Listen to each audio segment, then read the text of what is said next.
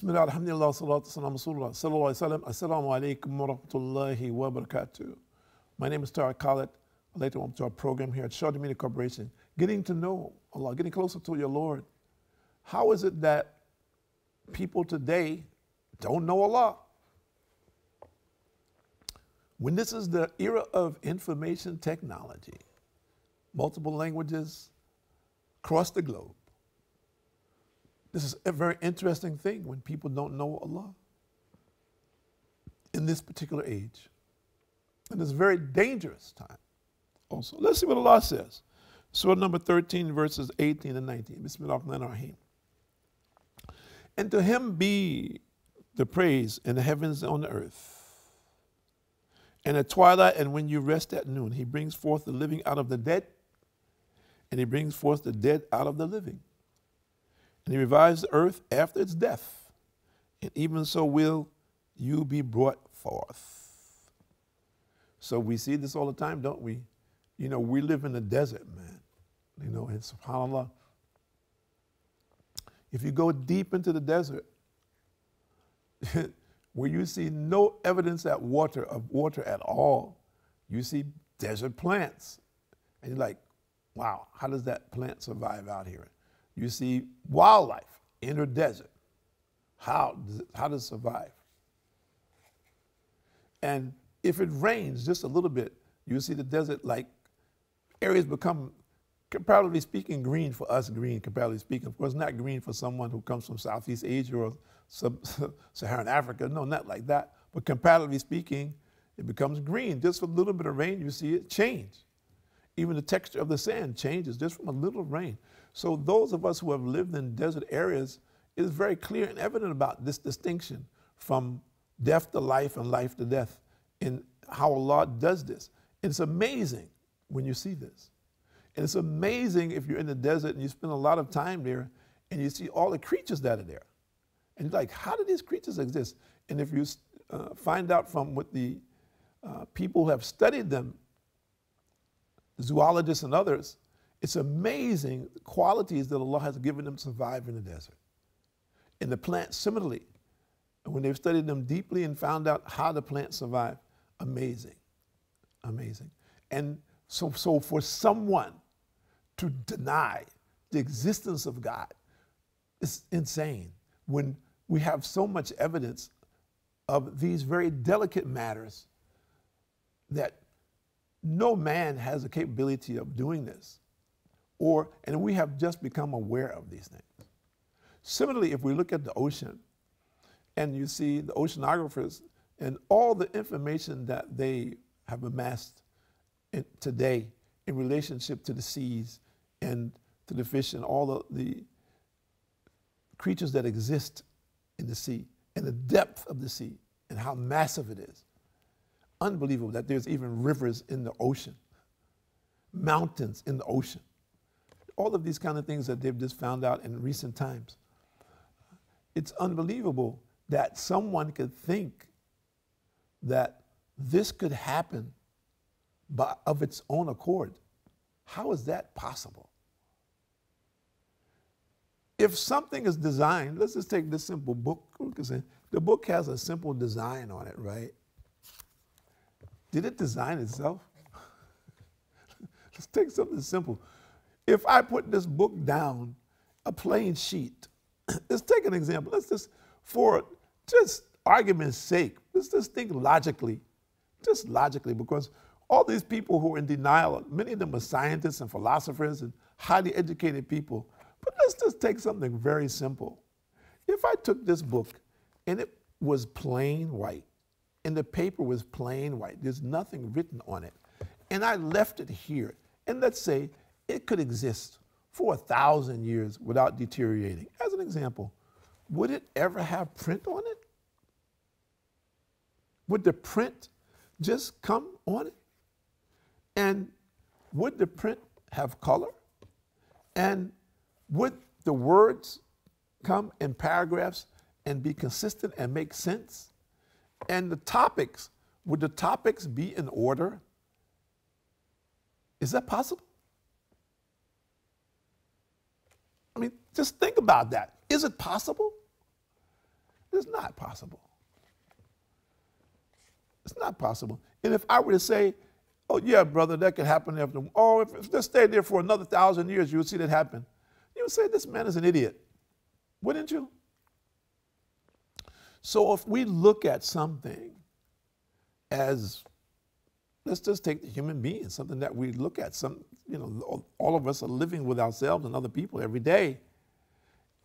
If we look at something as intricate as the human being,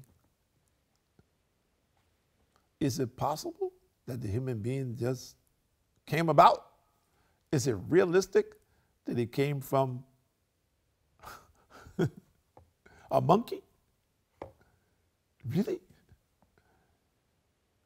Or from an amphibian who changed, came from the sea, and he evolved to, it became a monkey and then became a man?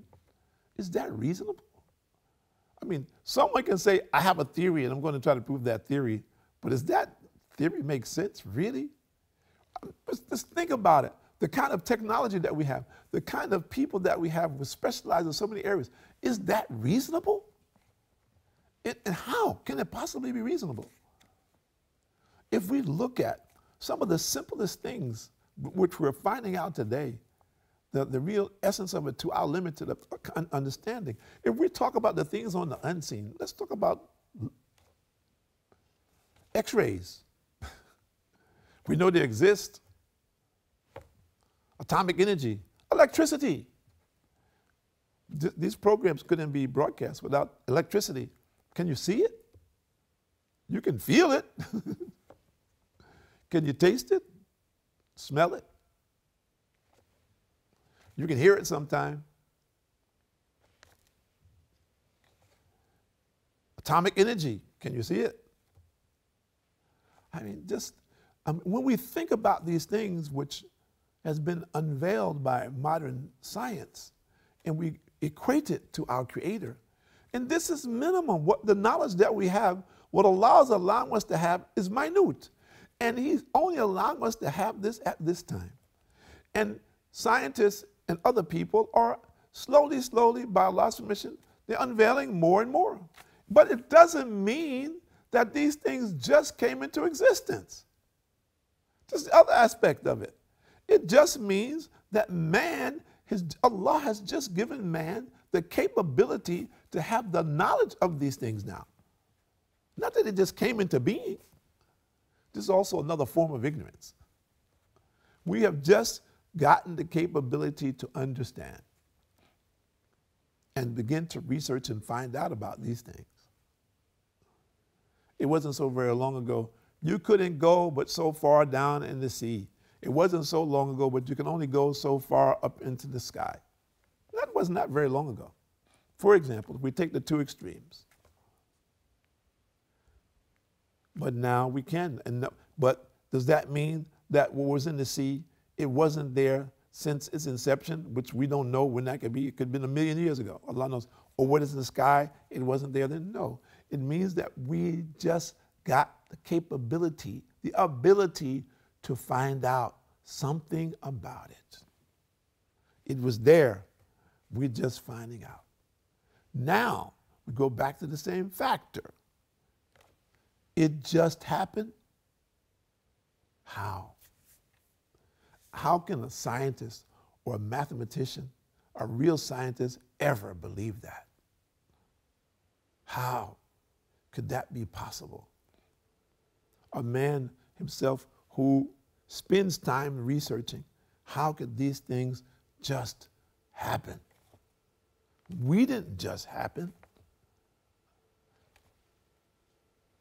If you take, we look in the microscope, electron microscope, and we see, just take a man's sperm and the egg from a woman, and we look at this, how many there is in a drop. And if we take one of these big wrestlers that weighs 150 kg and 7 foot tall as an example. I like to use this example because it's something that we cannot imagine. You're looking at this little drop in a microscope, and you're looking at this huge man, okay, that actually came from that drop. There's no way that we could logically conclude, if we were just dealing from a logical perspective, if I looked at that drop in a microscope and I look at this huge man, that I could ever conceive of that drop will become this man. How? The two just don't go together. But we know now that it does. That this does happen because we know the process. But can that process happen of its own accord? Just like that? Yes, it can. If Allah wants it, Allah says be, and it is. Kun fayakun, be and it is. Yeah, sure, Allah can say, be, it is that. Here's a man, 7 foot, 8 feet, 10 foot tall. I can make a man 100 feet tall if I want. Here he is. Sure, Allah has that capability. We don't. So if we look at these things, these are very simple things that are going on around us every day. How is it can we be in disbelief? We are in those people in disbelief because they choose to be in disbelief because it's a comfort zone for them, for whatever reason it might be and whatever their intention might be. But I warn you, as we heard here, the warners came to the people. Historically, Allah sent warners to the people. And I warn you, those people will say, I don't believe. And they use excuses. And they try to use modern methods and technology and whatever it is to justify themselves. There will come a time when you'll have to come before Allah. Before Allah, you come before your Lord. And you have to account. You will not be able to speak. Your limbs will talk. The angels will have scrolls, miles and miles of scrolls of your actions, your deeds. Just remember that you have been reminded. If you've heard this, you have been reminded. Don't forget. And take heed now while you can. The clock is ticking. Time is running. It doesn't stop. We don't regain it. The grave is waiting for all of us. When? We don't know. But it's there. What our condition will be, Allah knows best. But we need to make effort. We need to understand what it is. We need to prepare ourselves. We don't need to be negligent now and just become enjoyers of the world. And Allah says more or less in Surah number 30, verse number 21, 21, Bismillahirrahmanirrahim. And one of his signs is that he has created wives for you of your own species, that you may dwell with them, and has put love and tenderness between you. Herein truly are signs for those who reflect. Now there are people who are going against that. Men with men and women with women. Men that want to be changed into being women and women that want to be changed into being men. And not just that, those of us who speak against it, they want us to be punished because we're going to speaking against it. We're saying, don't do this. This will lead you to the hellfire. Don't say that. This is my choice. You don't have the right to say that. SubhanAllah. So we have become the haters, the terrorists. No, the terror is in the grave. The terrorist is Satan. He is the terrorist. Because what he has done, he has tempted the people.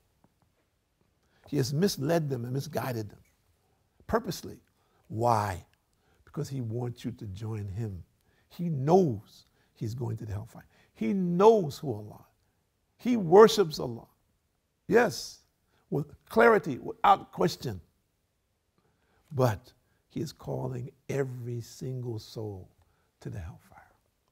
Now people say, well, brother, you know, that's kind of harsh. That's kind of hard. Well, listen, our time is limited on this earth.